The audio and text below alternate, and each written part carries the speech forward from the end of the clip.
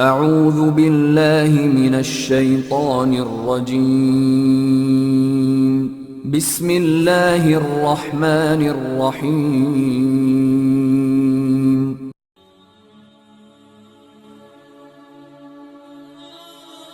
السلام علیکم دوستو، آپ سب کو ہمارے چینل میں خوش آمدید۔ دوستو امید کرتا ہوں آپ سب لوگ خیریت سے ہوں گے۔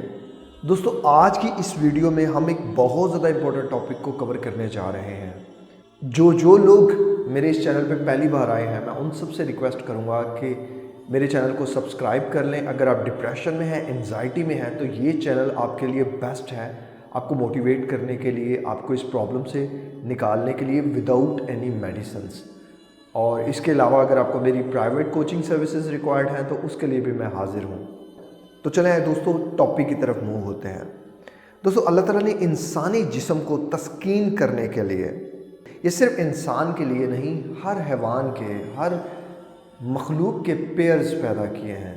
مرد و عورت کا پیئر ہے، یہ سب انسان کو تسکین کے لیے اللہ تعالیٰ نے پیدا کیا ہے کہ اگر آپ، اور یہ اللہ تعالیٰ کی بہت بڑی نعمت ہے، لیکن ہم لوگ جب پریشان ہوتے ہیں، ڈپریشن میں ہوتے ہیں، انزائٹی میں ہوتے ہیں، ہم ڈیفرنٹ طرح کے ڈاکٹرز کے پاس جاتے ہیں، حکیموں کے پاس جاتے ہیں، تو وہ ڈپریشن کو اور انزائٹی کو فوراً سے پہلے آپ کو مردانہ کمزوری ڈائیگنوز کر دیتے ہیں۔ اور جب آپ کو لگتا ہے کہ آپ کو مردانہ کمزوری ہو گئی ہے تو آپ اپنی بیگم کے پاس جانا چھوڑ دیتے ہیں۔ ایون بیگم جو ہوتی ہے وہ اپنے شوہر کے پاس آنا چھوڑ دیتی ہے۔ وہ یہ سمجھتی ہے، وہ یہ سوچتی ہے کہ میں فٹ نہیں ہوں، میں اپنے شوہر کے ساتھ یا شوہر اپنی بیوی کے ساتھ ہم بستری کے لیے پرفیکٹ نہیں ہے۔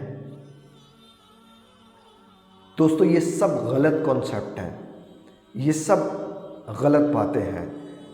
جو چیز اللہ تعالیٰ نے آپ کے لیے حلال قرار دے دی ہے وہ آپ خود اپنے لیے حرام کر رہے ہیں۔ کیونکہ میں جانتا ہوں جب آپ حکیموں کے پاس جاتے ہیں وہ آپ کو الٹی سیدھی دوائیاں دیتے ہیں، الٹے سیدھے مشورے دیتے ہیں جو صرف اور صرف آپ کی زندگی کو تباہ و برباد کرتے ہیں۔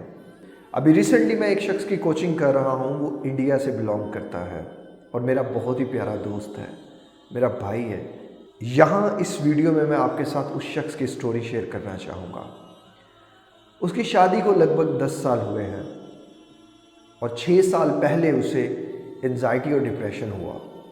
جب وہ بہت سے ڈاکٹرز اور حکیموں کے پاس گیا تو ہر کسی نے اسے، ڈاکٹرز تو خیر اس چیز پہ نہیں تھے زیادہ، لیکن حکیموں نے اسے یہی کہا کہ آپ کو مردانہ کمزوری ہو گئی ہے اور اب آپ اپنی بیگم کے پاس کم سے کم جائیں۔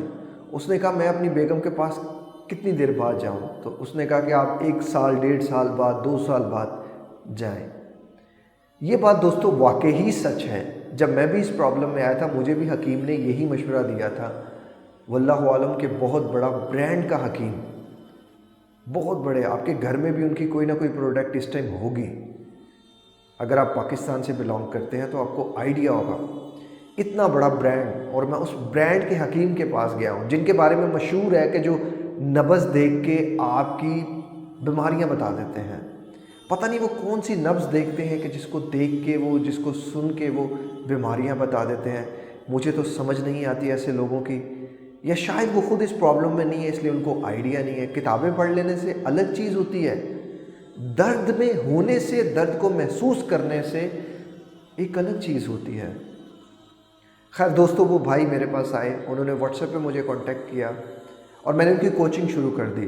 مجھے پتہ چلا کہ وہ 2 سال سے اپنی بیگم کے پاس نہیں گئے۔ میں نے فوراً کہا کہ جاؤ آج کی رات اپنی بیگم کے پاس جاؤ، یہ اللہ نے تمہیں جائز اور حلال رشتہ دیا ہے، اسے حرام نہ قرار کرو۔ اس لڑکے کا کہنا تھا کہ جب میں باہر کسی لڑکی کو دیکھتا ہوں تو میری اتنی خواہش ہوتی ہے کہ میں اس کے ساتھ بس کچھ کروں، لیکن جب میں گھر آتا ہوں تو مجھے حکیم صاحب کی وہ بات یاد آتی ہے کہ نہیں۔ اور ایسے لوگوں کو نائٹ فالز بہت زیادہ ہوتا ہے، کبھی کبھی ویک میں 1 بار، کبھی کبھی ویک میں 2 بار، کیونکہ دوستو ہم حلال رشتے سے ہٹ کے حرام رشتے کی طرف جا رہے ہوتے ہیں اور خود کو حلال چیز جو ہے اس کو اپنے اوپر منع کر رہے ہوتے ہیں۔ اگر آپ مجھ سے پوچھیں ڈپریشن اور انزائٹی میں اپنی بیگم کے پاس جانا چاہیے یا بیگم کو شوہر کے پاس جانا چاہیے کہ نہیں جانا چاہیے،